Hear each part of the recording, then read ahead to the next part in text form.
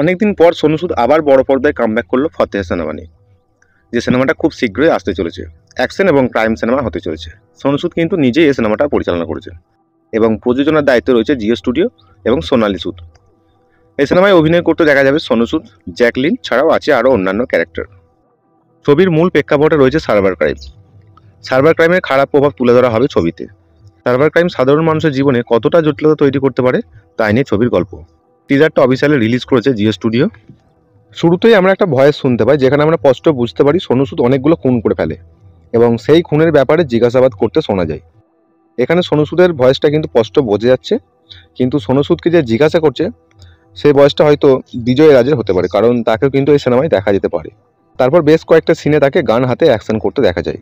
সোনু সুদ যে চরিত্রটা অভিনয় করছে সেই চরিত্রটার নাম কিন্তু ফতেহ, আর এই সিনেমাটার জন্য নিজেই কিন্তু বেশ ভালো করে তৈরি করেছে। অন্যদিকে আমরা জ্যাকলিনকে একটা সিরিয়াস ক্যারেক্টার রোল প্লে করতে দেখা যেতে পারে। দেখুন, এই টিজারের মধ্যে কোনো গান বা রোমান্টিক সিন নেই। প্রথম থেকে শেষ পর্যন্ত একটা বিরাট সাসপেন্স এবং অ্যাকশন আমরা দেখতে পেয়েছি। এর আগে আমরা সোনু সুদকে ভিলেনের চরিত্রে অভিনয় করতে দেখতে পেয়েছি বিভিন্ন সিনেমার মধ্যে। এই প্রথমবার তাকে আমরা অ্যাকশন হিরো হিসেবে দেখব। সিনেমা প্রেমীরা কিন্তু একাধিক আগ্রহ রয়েছে সিনেমাটা কবে আসবে। আর এই সিনেমাটা যেমনই হোক 2024 সালে কিন্তু হিট সিনেমা হতে চলেছে।